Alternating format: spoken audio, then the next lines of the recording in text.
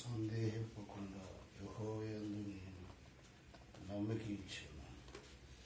యెహోవా నన్ను పరిశీలించుము, నన్ను పరీక్షించుము, నా అంతరింద్రియములను నా హృదయమును పరిశోధించుము. 3వ వచనం, నాకు నీ కృప నా కన్నుల ఎదుట ఉంచుకొని ఉన్నాను, నీ సత్యము అనుసరించి నడుచుకొనుచున్నాను. పనికి మాలిన వారితో నేను సాంగత్యం చేయను, వేషధారులతో పొందు చేయను. దుష్టుల సంఘము నాకు అసహ్యము, భక్తిహీనులతో సాంగత్యము చేయను. నిర్దోషి అని నా చేతులు కడుక్కొను. యెహోవా నీ బలిపీఠం చుట్టూ ప్రదక్షిణలు చేయగలను. 7వ వచనం, అచ్చట కృతజ్ఞతాస్తుతులు చెల్లింతును, నీ ఆశ్చర్య కార్యములను వివరింతును. యెహోవా నీ నివాస మందిరమును నీ తేజస్సు మహిమను నిలుచు స్థలమును నేను ప్రేమించున్నాను. పాపులతో నా ప్రాణము చేర్చుకును, నరహంతకులతో నా జీవితము చేర్చుకును. 25వ వచనం, వారి చేతిలో దుష్కార్యములు కలవు, వారి కుడి చెయ్య లంచముతో నిండి ఉన్నది. నేను యథార్థవంతునై నడుచుకొనుచున్నాను, నన్ను విమోచము, నన్ను కరుణింపు. సమభూమిలో నా పాదము నిలిపి ఉన్నాను, సమాజములలో యెహోవాను స్తుతించెదను. ఇక్కడ దావీదు గారు రాసినటువంటి మాటలు నిజంగా ఇది ఒక వర్తమానముగా చెప్పవచ్చు. దేవుని యొక్క వాక్యమే ఇక్కడ అంటున్నాడు, యెహోవా నేను యథార్థవంతునై ప్రవర్తించుచున్నాను, నాకు తీర్పు తీర్చు. ఏమీయూ సందేహింపకుండా యెహోవాయందు నేను నమ్మక ఉంచున్నాను. యెహోవా నేను యథార్థవంతునై ప్రవర్తిస్తున్నాను. కనుక దావీదు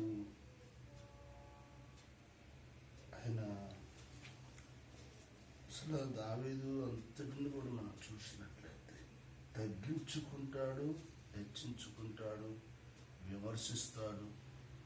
ఆ తర్వాత దేవుని దగ్గర పశ్చాత్తాపాన్ని కూడా తీసుకొస్తాడు. ఇక్కడ మనం గమనించినట్లయితే నేను యథార్థవంతునై ప్రవర్తించుతున్నాను, నాకు తీర్పు తీర్చు.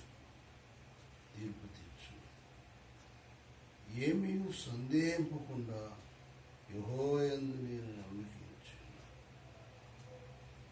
అయితే మరి నేను యథార్థవంతునై ప్రవర్తిస్తున్నాను అంటాడు, నాకు తీర్పు తీర్చును అంటాడు.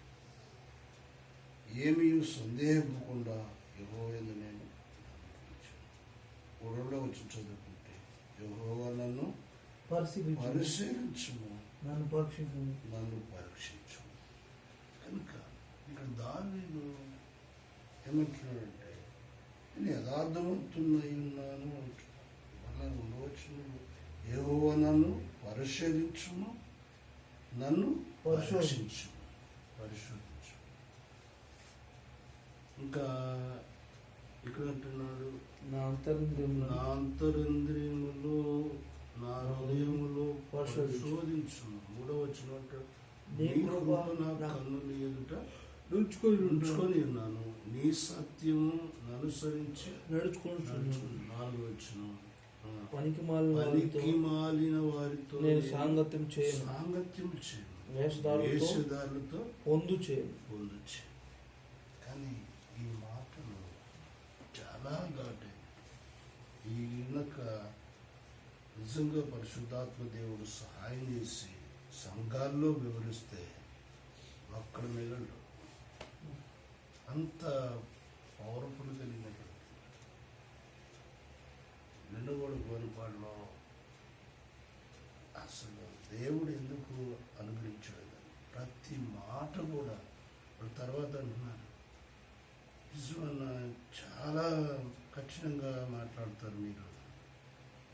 అది కనుక మనం చేయకపోతే సంఘాల్లో, ఎందుకంటే మరి అపోస్తలుడైనటువంటి పౌలు గారు కూడా దేవుని యొక్క ఆయన రాసిన 14 పత్రికలు ఎంతో హెచ్చరికలు ఉంటాయి, ఎంతో గద్దింపులు ఉంటాయి, ఎంతో మరి ఈనాడు అపోస్తలుడైనటువంటి పౌలు గారి పత్రికలే గనుక లేకపోతే క్రైస్తవ యొక్క జీవితానికి దిద్దుబాటే లేదు.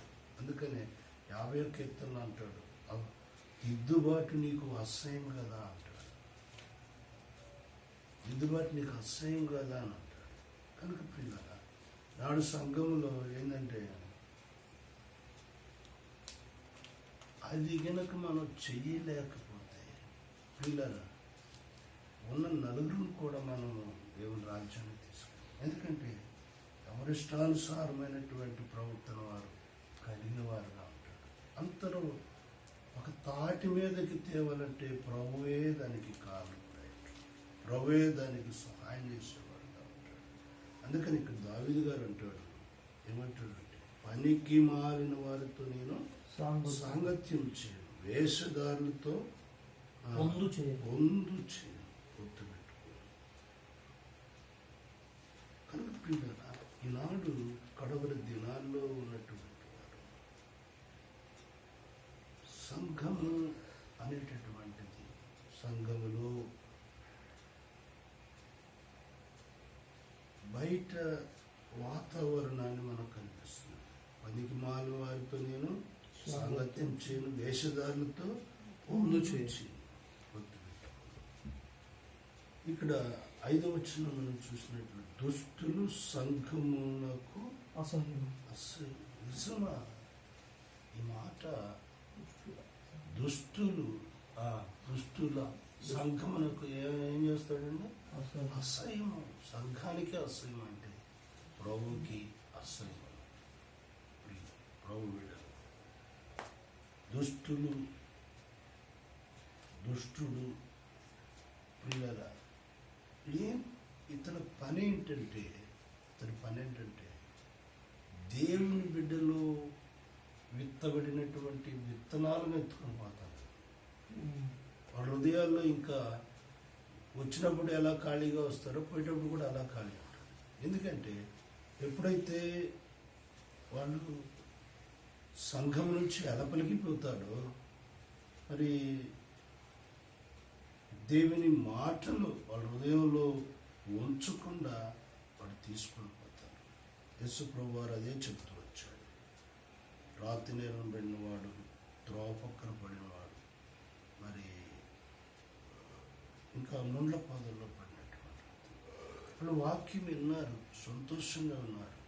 కానీ వాళ్ళ సంతోషము వాళ్ళ సంతోషము వాళ్ళలో పరిపూర్ణముగా నివసించాడు దుష్టుడు ఇలా. అందుకని యోహాను సువార్తలో యోహాను సువార్త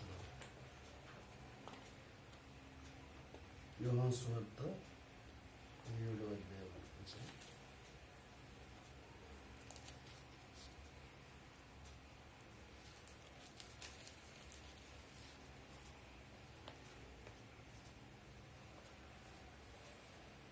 17వ అధ్యాయము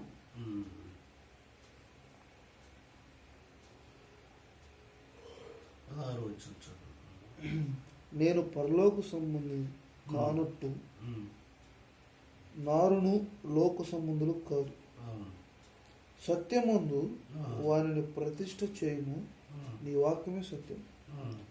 నీవు నన్ను పరలోకమునకు పంపిన ప్రకారము నేనును వారిని పరలోకమునకు పంపితిని.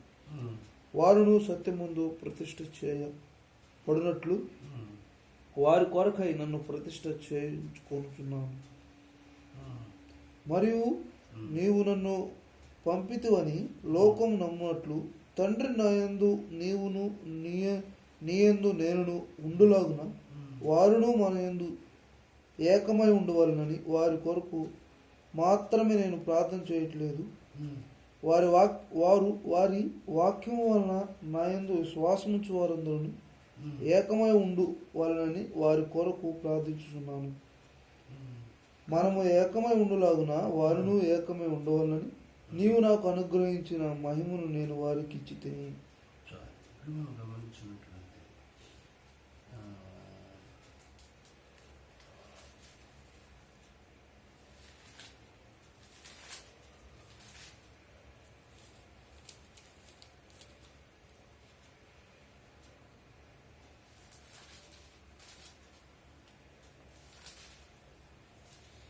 స్థలంలో అంటాడు, నేను దుష్టులని కాపాడమని ప్రార్థన చేస్తానంటారు. సరే, అందుకని సంఘమునకు అక్కడ 15 17 నీవు లోకంలో నుండి వారిని తీసుకొని పొమ్మని నేను ప్రార్థన చేయట్లేదు, కానీ దుష్టుని నుండి వారిని కాపాడమని ప్రార్థించుతున్నాను. ఇక్కడ మనం గమనించినట్టు దుష్టుని నుండి వారిని కాపాడమని ప్రార్థన చేస్తాడు. ఎందుకంటే దుష్టుడు సామాన్యుడు కాదు. ఎందుకంటే దేవుని మందిరానికి వచ్చినటువంటి తన బిడ్డలైనటువంటి వారిని వాళ్ళు దుష్టుడు సంఘానికి ఎందుకు వస్తుందంటే, దుష్టుడు సామాన్యంగా దేవుని బిడ్డలు సంతోషంగా ఉంటావాడు ఓర్చుకోలేడు. సాధారణంగా మనం చూస్తే లోకంలో మనుషులే ఓర్చుకోరు. అక్కడ బాగుంటే వాడు ఎందుకు అలా ఉన్నాడని చెప్పేసి కొన్ని ఆలోచనలు చేస్తారు. కానీ దుష్టుడు కూడా దేవుని బిడ్డలు ఎప్పుడైతే వాక్యము వింటారో సంతోషంగా ఉంటారు. కుటుంబంలో కూడా నిజంగా ముఖ్యంగా మనం గమనించినట్లయితే కొన్నిసార్లు కుటుంబంలో సంతోషం కలిగా కుటుంబం అంతా మంచిగా ఒకరినొకరు ఆప్యాయతగా ఉంటున్నప్పుడు ఏదో పనులు వాళ్ళల్లో వాళ్ళకి దుష్టుడు ఏం చేస్తాడంటే గొడవలు తీసుకొస్తాడు.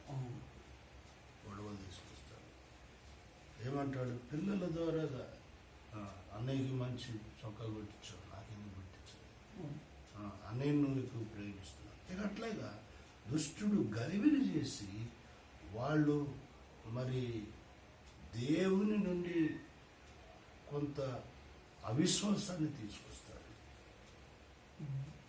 అందుకనే ఇక్కడ మనం చూసినట్లయితే మత్తయి సువార్తలో చూస్తే 13వ అధ్యాయము, మత్తయి సువార్త 13వ అధ్యాయం.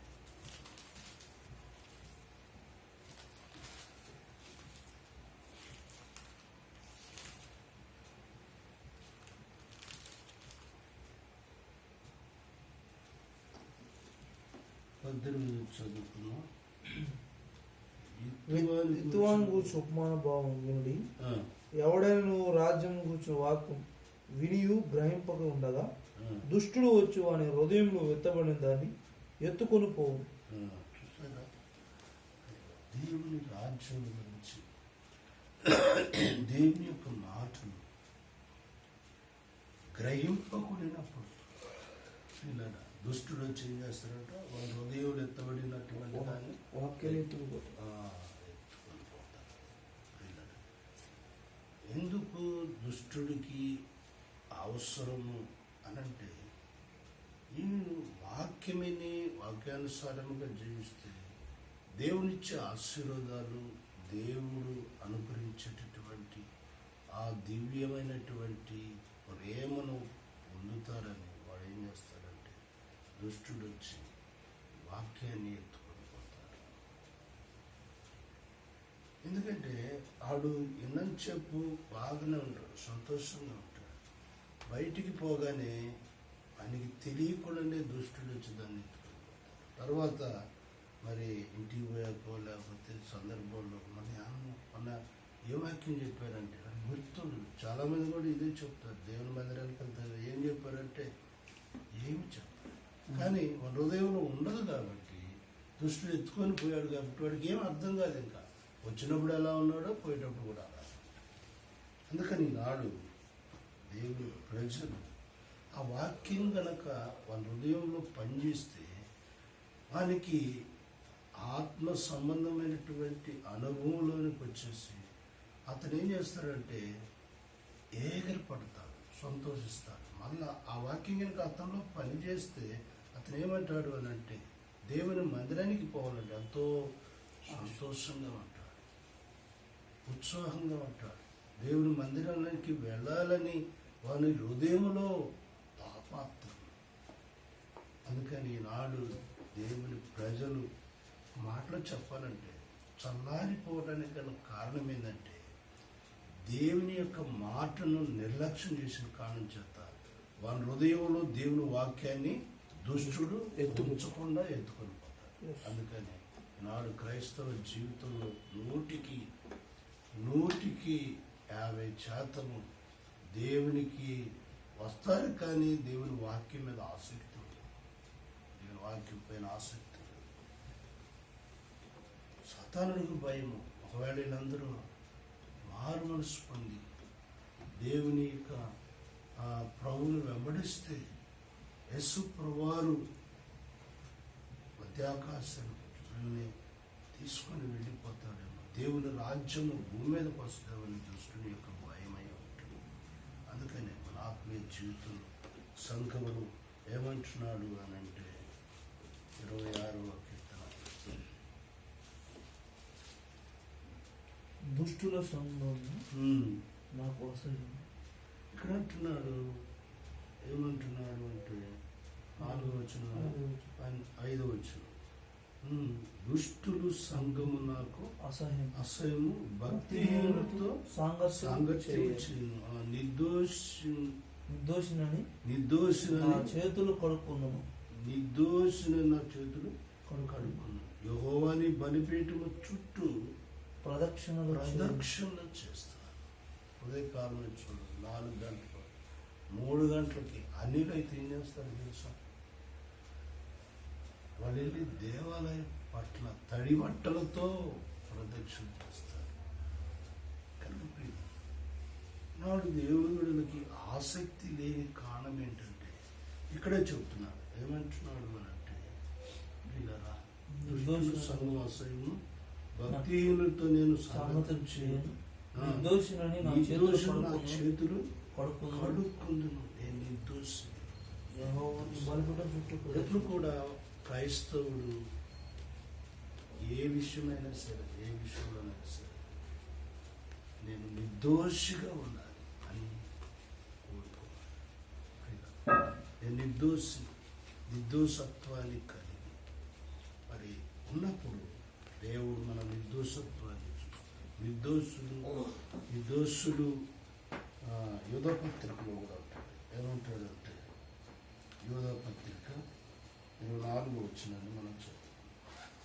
యోధా పత్రిక, తొట్టిల్లకుండా మిమ్మల్ని కాపాడుకును, తన మహిమ ఎదుట ఆనందంతో మిమ్మల్ని నిర్దోషులుగా నిలబెట్టు శక్తిగల మన రక్షకుడైన అద్వితీయ దేవునికి మన ప్రభువైన యేసుక్రీస్తు ద్వారా మహిమయు మహత్యమును మన ఆధిపత్యమును అధికారము యుగయుగములు పూర్వం ఇప్పుడును సర్వయుగములు కలుగును. నిర్దోషి ఏం చేస్తాడు అంటే నిర్దోషి దేవుని యొక్క న్యాయపీఠం నిర్దోషిగా కనబడాలి. అందుకని ఆయన ప్రత్యక్షమైనప్పుడు నిర్దోషిగా నిలబెట్టుటకు శక్తిగల మన రక్షకుడైన అద్వితీయ దేవునికి మన ప్రభువైన యేసుక్రీస్తు ద్వారా మహిమయు మహత్యము కలిగిన.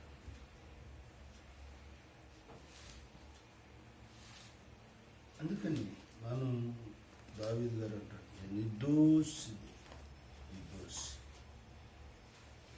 నిర్దోషినై ఏమంటున్నాడు, నా చేతులు కడుక్కుందును, యెహోవా నీ బలిపీఠం చుట్టూ ప్రదక్షిణలు చేయి. నీ బలిపీఠం యొక్క ప్రదర్శన చేస్తారు. మనం ఏదో చెప్తున్నాం కదా, ఏమన్నా దేవునికి ప్రజలైనటువంటి వారు బలిపీఠం చుట్టూ ప్రదర్శన చేస్తారు. హిందువులు 3 గంటలకి 4 గంటలకి వాళ్ళ మామూలు కూడా ప్రదర్శన చేసి తడి బట్టలతో ప్రదర్శన చేస్తారు. కనుక ప్రియులారా, వాళ్ళకున్న ఆసక్తి నాడు ప్రభువుడైనటువంటి మనకి ఎంతో అవసరం. దావీదు గారు కూడా ఆయన బలిపీఠం చుట్టూ ప్రదర్శన చేస్తుంటారు. బలిపీఠం అంటే బలిపీఠం దగ్గర ప్రదర్శన చేస్తున్నాడు. ఎంత ఆసక్తిని మనం కనబరుస్తుంటున్నాడు. ఇక్కడ మనం గమనించినట్లయితే కింద భాగాన్ని చదువుకున్నాం.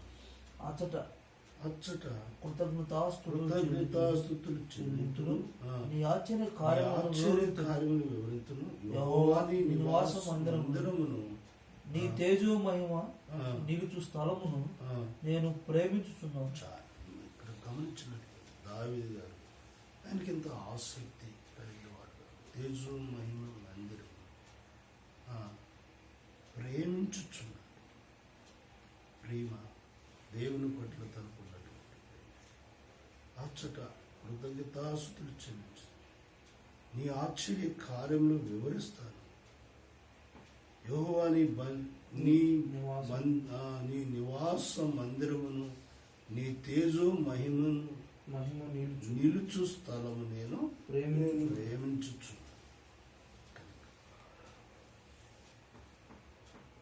దేవుని మీద ప్రేమ ఒకటి, దేవుని యందు భయం ఒకటి కలిగి ఉంటే అది ఏం చేస్తుందంటే ఆటోమేటిక్గా